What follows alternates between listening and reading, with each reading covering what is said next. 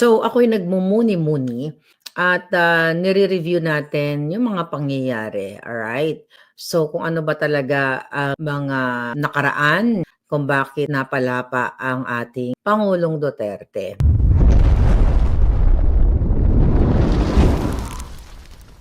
So, sa mga nakaka-follow dito, siguro nga na-master nyo na yung mga in-expose natin dito at, baka mas natatandaan nyo pa kung ano yung mga, sasabi ng ating puting ahas.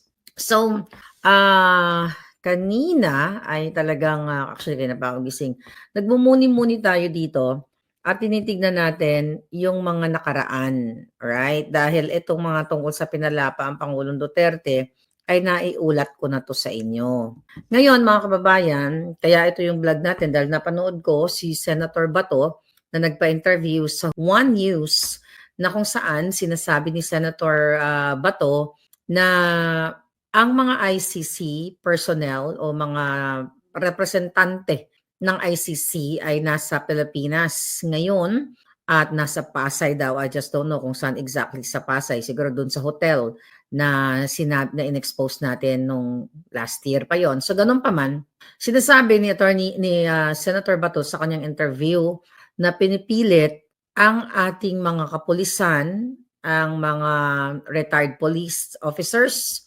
o iba-iba pa kung sino pa mga police na ito na pinapipirma ng ICC representatives laban kay Pangulong Duterte. Okay? Galing yon sa interview niya at may nagsumbong daw sa kanya na mga police, mga retired police na pinipilit silang pinapipirma ng ICC personnel or else sila ay idadamay. Ano yung pilit na pinapipirma sa kanila?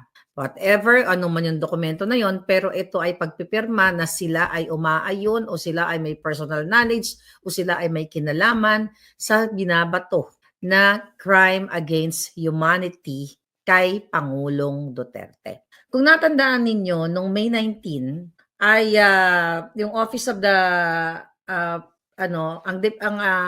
prosecution ay nag-request sa chamber na mag-extend, okay? Bigyan sila ng palugit para maihanda yung kanilang mga testigo. Alright? So nakita nyo naman yan dyan sa internet, andyan sa balita. Noong May 21 this year, ang ICC ay inaprubahan yung request para i-delay nga muna itong pagpepresenta sa mga testigo at yung kanilang mga ipipresent na mga impormasyon. 21, now 2 days ago, May 23, okay, kay 25 naman kita ngayon. Yun nga yung interview ni Senator Bato de la Rosa na may mga ICC personnel na nasa Pilipinas. Alam nyo, Senator Bato, syempre hindi naman kita masisisi dahil hindi mo akalain na ang Pangulong Duterte ay ipapakidnap talaga ng bangag na yan. Binalikan natin. Okay, may papakita lang ako sa inyong mga mensahe. Pero para just to prove sa inyo. Simula akong nakatanggap, mga kababayan, kailangan nyo namnamin ito. Kasi alam nyo, binasa ko ito. Halos lahat binasa ko bago tayo mag-vlog. Kinalibutan talaga ako at gusto kong lapain ng buong buo ang mga ahas, ang mga buwakan ng GMS. Kasi Wednesday, July 19, 2023 at 3:08 AM madaling araw dito sa oras ko, ay naka-receive na ako ng mensahe. Okay, pakita lang natin to. Yung mga mensahe. Nakita nyo yan? Nakita nyo yung mga mensahe? Nakita nyo puting ahas? Alright, puting ahas, right? Nakikita nyo? Mensahe yan. Dito tayo mag-umpisa sa dulo. Okay? Diyan sa dulo, okay, Wednesday, July 19, ayan. Pati si Inday, sinama nila sa ICC probe. Okay? Nabasa nyo? So, basahin natin to. Ang sabi ng puting ahas, ayan o, pati si Inday, isinama nila sa ICC probe. So, eto, ayan yung message. Tapos may mga link yan eh. Ay, ba't ganyan? Green kasi. Yung green, never mind. Yan na lang yung puti. Ayan, pati si Inday, sasama nila sa ICC probe. Okay? So, nakita nyo na legitimate itong pinapakita nating information, ha? Okay? Ang mga history or timeline ng mga impormasyon natin. So ulitin natin, ayan, gumagalaw po yan ha, hindi yan gawa-gawa lang ni Marlica. Mga mensahe yan, pag inopen mo yan, like this one. Okay, papakita natin to. Ito ang pinaka sinabi ko sa inyo yung November 18, yung tungkol sa kay Pastor Quebuloy. Ito, November 18, ipakita nyo yan. November 18, pumunta kayo sa November 18. Ayan. Oplan, eliminate the enemies. Alright, ipinapatupad ng Malacanang. Pindutin natin yan ha. Oplan, eliminate the enemies. Okay, what's that? Okay, wait, this one. Ayan. So nakita nyo? Ayan. So legit yan.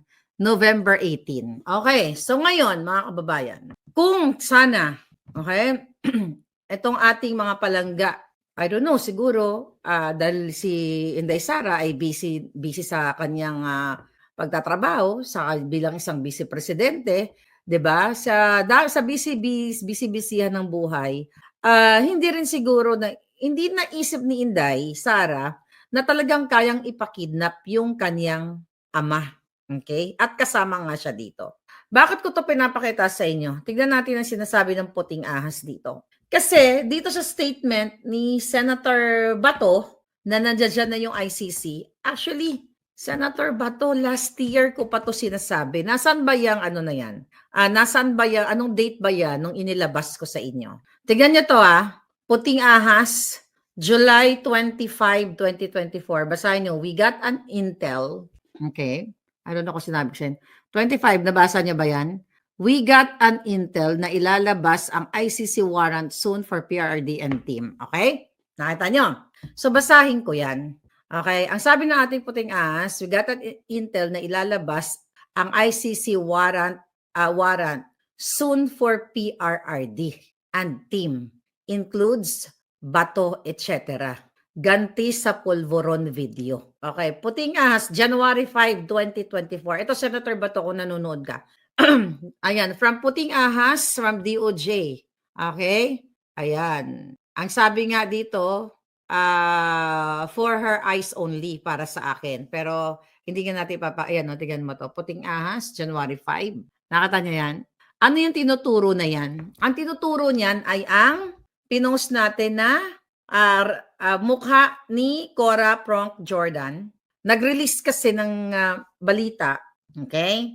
Ang sabi dito noong January 5 ng Abogado PH, an official ICC probe into Duterte drug war raises questions on protocol adherence.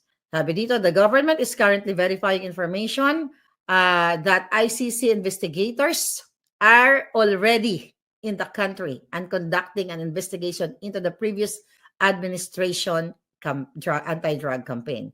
Justice Secretary and spokesperson Attorney Miko Clavano raised concern about this claim. Okay? Suggesting that if true, the ICC probers may have entered the country without proper identification. So, sabi pa ni Clavano during that time, Clavano pointed out that the importance of the ICC informing the government about their investigations for proper collaboration. So nagbaang-maangan dito si Clavano, 'di ba? Na ito daw ang mga taga-ICC dapat ay mayroong proper collaboration, coordination sa mga taga-ICC. Ngayon, mga kababayan, kaya nga dito sa message na to, ang sabi sa atin ng ating puting ahas ay Clavano is lying through his teeth. Nakipag-meeting na nga yung dalawang taga-ICC na si Chantal Daniels at Cora Pronk Jordan kay Congressman Benny Abante, yung si Dila Boy, di ba?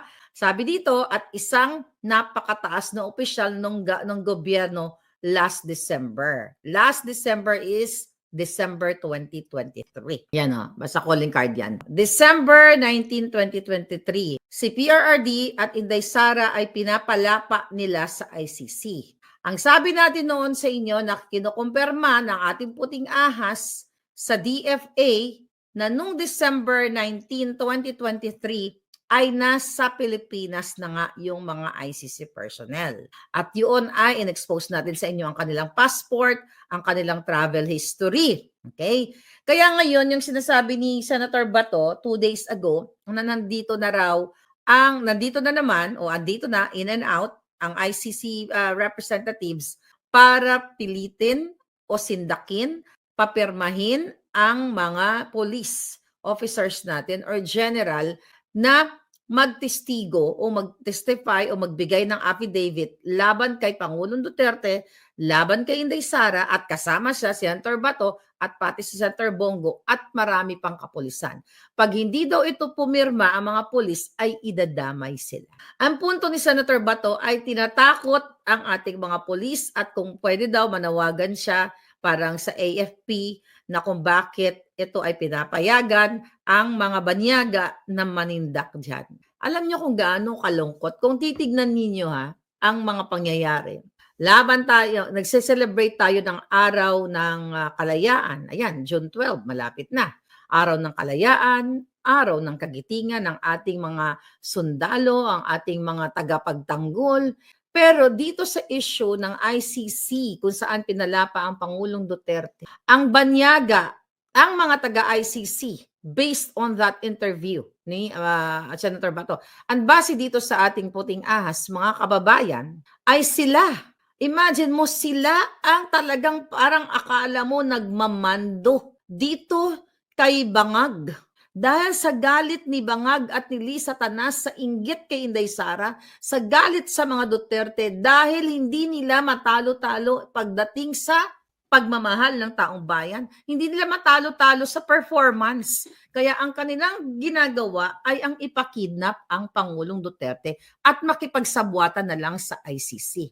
Gaano kalungkot sa inyong mga mamamayang Pilipino na kapag ang presidenteng Bangag katulad ni Marcos Jr. ay hindi niya kinakaya ang kanyang political opponents, ay tatawag siya sa ibang lahi para ipalapa at ipagkanulo ang iyong kaskalahi na katulad ni Pangulong Duterte, katulad ni Inday Sara.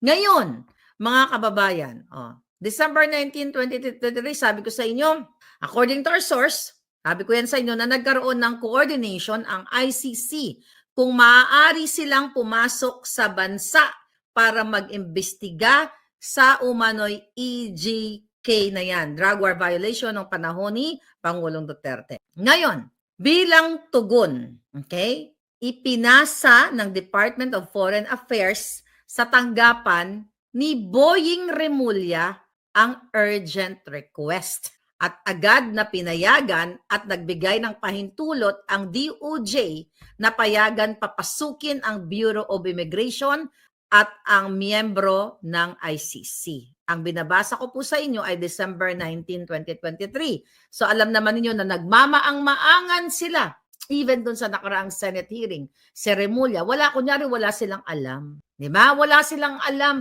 Pero ang totoo ay nakipagsabwatan ang mga buwaka ng ina dito sa ICC at mga bangag na nga ito. Una, mga palangga, itong mga ICC members na ito ay pumasok sa Pilipinas nung time na yon. Noon pa na nag-imbestiga ng hindi official. When you say official, approved, legal, transparent, 'di ba? Na ang gobyerno natin at ang ICC ay nagkasundo pinayagan ng legal o para tama na proseso. Pero ito ay isinekreto nga sa inyo, di ba? Isinekreto itong pagpasok nila kasi ang intention talaga ay kidnapin ang Pangulong Duterte. Alam nila kasi na may nilalabag ang gobyerno at ang ICC sa pakikipagsabwatan kaya sikreto na lang. So ngayon mga palangga, okay? Sabi nga dito ng ating puting ahas noong December 19, ilalabas ni Bangag middle of January ang target, okay? Pero optics na lang. Okay, optics na lang ito dahil by then, tapos na ang investigation recommending the filing of case laban kay PRRD. Never po, hindi nagkamali ang ating puting ahas. And aside from that, sabi dito, isasama din nila si VP Inday Sara dahil umano sa mga nagurgur noong taong 2016 to 2022 sa Davao City kung saan siya ay mayor. Hindi ba nagkamali ba ang puting ahas? Sabi ko nga December 19, 2023 to 2025 na kita ngayon. So ganito katindi ang ambisyon ni Tambaloslos at ni Lisa Tanas Ahas na manatili sa pwesto at lilipulin lahat ng potensyal na kalaban at leader na may kakayahang lumaban at sumalungat sa kalabisan nila. Nagkamali ba tayo? Pastor Kibuloy, vloggers, at marami pang iba. Mga Duterte, mga kritiko, ito ang sinasabi ng ating puting ahas. Ang sabi dito na during the time na kapag nakompleto na ang fieldwork ng ICC, they will find justifiable ground to charge PRRD and VP Inday of crimes against humanity. Then a warrant for their arrest shall be issued. Nagtagumpay sila kay Pangulong Duterte. Actually, nagtagumpay sila dahil talagang pinwersa nila at talagang kinidnap nila ang Pangulong Duterte. At huwag nating papayagan na magtagumpay sila sa kay Inday Sara, kay Senator Bato, at kay Senator Bongo.